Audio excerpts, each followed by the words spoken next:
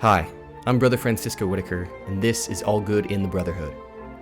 Today, I'm just going to answer a really basic and practical question. What are the requirements for one to become a monk? And this isn't necessarily going to be an exhaustive list of requirements or every specific question that a community or vocation director might ask a man who's seeking entrance or even curious about what it's like to be a monk. But these are some practicals that might be helpful in your own discernment or in understanding what might be necessary for you to have or to do in order to first even begin the process of becoming a monk or an application. So I'm going to break these up into two categories: external requirements and internal requirements. External are the ones that we will most obviously be asking about and looking to see in a man who's applying or interested in a community. Internal ones are ones that we expect that the man is working on or actively desires to grow in before entrance into the community. So first, just right out the gates, the only ones who will be even considered to entrance into a monastic life are practicing Catholic single men. Now, it's not to say that if you're currently dating someone that you're completely written off of any chance for entering a community, but we're going to invest more in men who currently don't have an attachment to a girlfriend, because that just is a confusing place to discern. Really, I tell men that if they're really thinking about marriage or really thinking about a vocation into priesthood or religious life, that they just focused on one. It's really hard to do both. So we're first looking for a man who is preferably single and who is active in the practice of his Catholic faith. So if you have left the church and come back, that is fine. But if you're currently at a distance from the church, not practicing your Catholic faith, then the monastery very likely is going to say, well, until you do something about that and show evidence for communion with the church, we're not going to even be interested in any kind of application. If you are not a Catholic at all, then you can enter a community eventually, but you first would have to convert to Catholicism, and we require a probationary period of at minimum of 2 to 3 years of one who is in what they call the neophyte stage or new entrance into the church before they could even become a monk. Because in kind of the joy and the excitement of becoming Catholic, there's a lot of things that might stir up in someone. They might think as soon as they're baptized, oh wow, I also want to do everything and become a monk. And we understand that they need to just settle into their faith a little bit first. So baptized, confirmed, actively practicing the Catholic faith, and single is preferred for sure. You also cannot be married whatsoever. So while the single is, I'm talking about dating, you cannot be tied in any kind of marital bond. So if you are married, even divorced, but it has not been annulled by the church, then there is no acceptance that we can offer to a man who is seeking admittance to a community. If, however, your wife or man's wife has died or the marriage has been annulled, then you are free to seek an application to the community. Next is also requirements of age. So for St. Vincent and most monasteries that I know of, there's a minimum age of 21 or at least completion of a college degree. So there's kind of moved away from the practice of accepting 18-year-olds or even those who are a bit younger. That was an old practice. So in the Rule of St. Benedict, it talks about receiving children in the community. That used to be a thing, but it's not anymore. So we prefer one to have reached the age of at least 21 before they can enter the community. On the other end, we don't accept everyone just because they're over the age of 21. We usually put a cutoff age around 40, maybe 45. There can be some exceptions made to that, but that comes on a case-to-case basis. So if you're older and you're applying the community, it's not an absolute hard and fast no, but there's going to be a lot more conversation versus if you're maybe in your mid to early 20s, then the communication is probably a lot more open. There's also simply, we need to make sure that you're a normal, sane human being. The reality of mental health and psychological issues present problems for men who might be interested in becoming a monk. We don't completely write those men off, but because you're going to be living in a community, any instances of clear psychological issues or a mental health problem that can't necessarily be taken care of properly within a community are ones that we're probably not going to accept. And it's not just for the good of the community, but also good for the individual. because they might think that being a monk or being with other brothers will be the solution, but it's not necessarily. However, if there are possibilities for medical or therapeutic relief or solutions to healing those mental health or psychological issues, then the monastery is potentially welcome to have a conversation. The man needs to have at least be working on that actively for many, many years before an application might be accepted. But that continuing, ongoing healing and formation would be required after acceptance. Financially, at least at our community, debt is often not a huge issue, provided that it's not exorbitant. So a lot of communities will probably not accept a man if he has any debt. We, however, are very blessed at St. Vincent that we have a lot of financial support from donors and our own financial support from our community, monks who are, in salaried, who are supporting the community through their work, so that we can manage a man who comes in with some amount of debt. So I entered the community, but only with student loans. There wasn't any kind of extra car payments or anything left over, just student loans. So there is, I think, a ceiling to which our community will accept a man if he has debt. And he has to at least actively show, if it's at a certain height, that he is currently trying to work on it, or he has proof that he has been paying on it.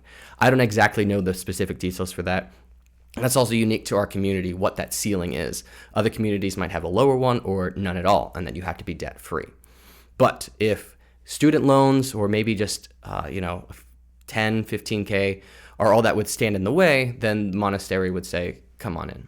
And finally, here at St. Vincent, we do expect the background of our community members.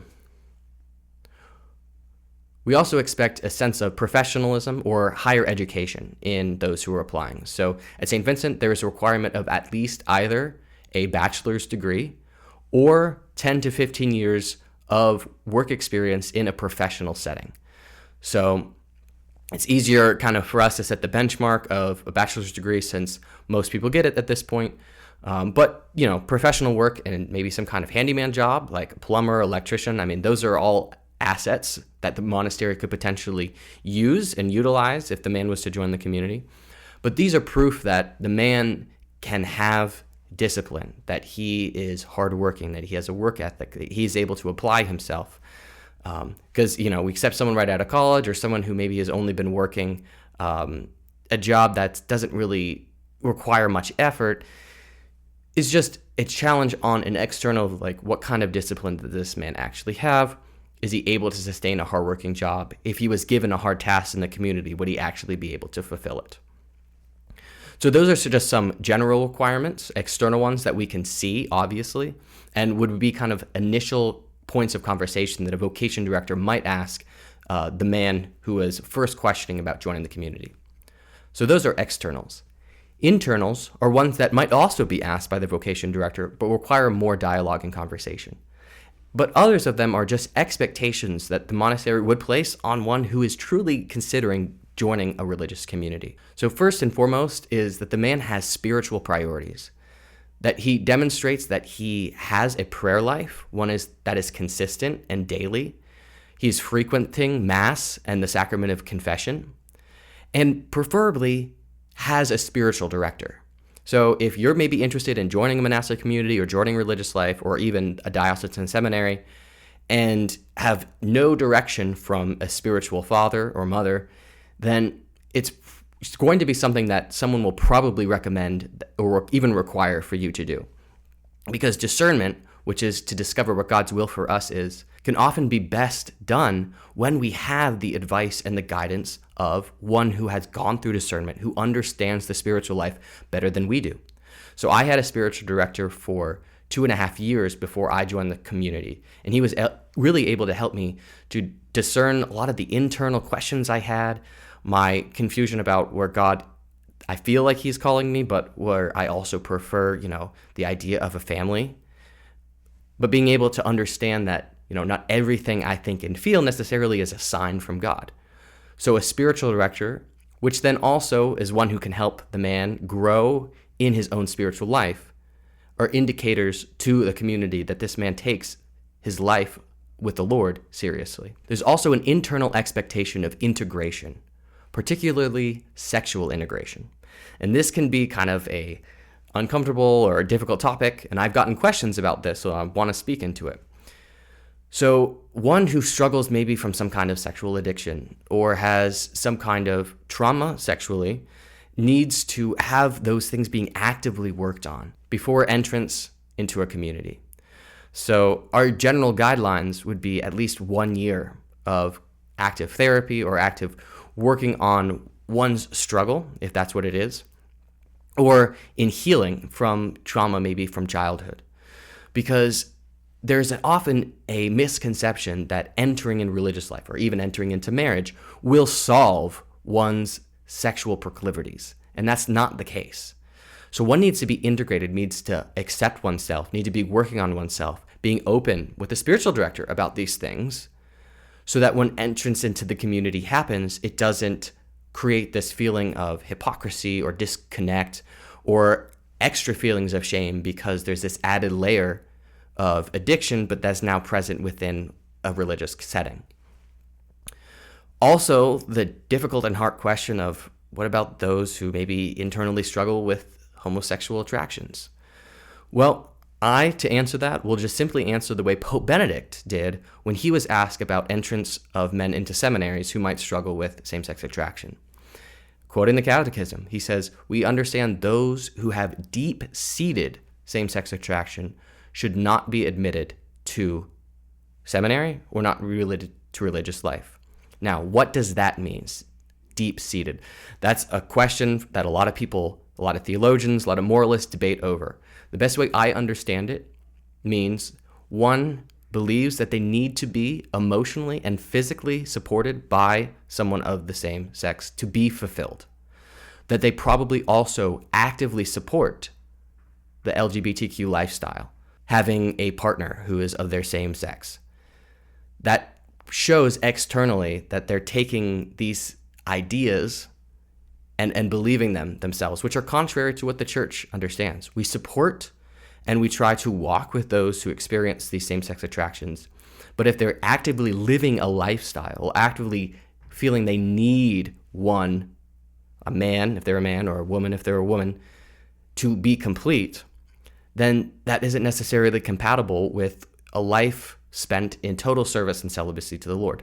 Just like a man who believes he necessarily, by completion, needs a woman to be with the whole time. We don't want to accept a man who truly believes he needs a woman around him at all times because he's probably called to marriage.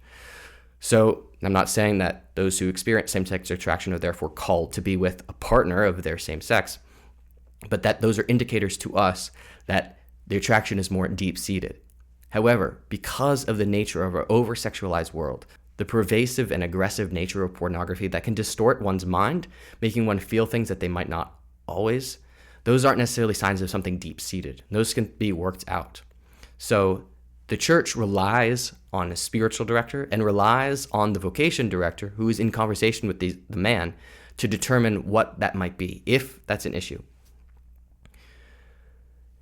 Also, according to the rule, one who is interested in potentially joining a monastery should show eagerness for 3 things: the work of God, obedience, and a willingness to accept difficulty and trials. So a man who's applying to community needs to understand that it's not going to be great all the time, and that he needs to accept the realities of obedience, celibacy, and poverty. And if he's not willing to reconcile and to give up the possessions he has, all of the relationships he has, or a sense of autonomy, then he might not be a good candidate. And those are things, again, the monastery is expecting the man internally to work on. I can't tell you for sure if I see one way or the other that, oh, you're an obviously internally disobedient individual, or you're clearly going to have problems with the acceptance of your celibacy. But those are things that hopefully through conversation, the vocation director or a spiritual director can work out with someone who is interested. So hope that helped. If you have any other questions, please leave a comment below. I'd be happy to answer them.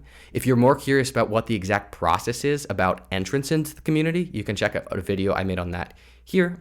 And if you're just simply curious about other aspects of Benedictine spirituality, you can check out videos here. Thank you for joining me. I'm Brother Francisco. Have a wonderful day.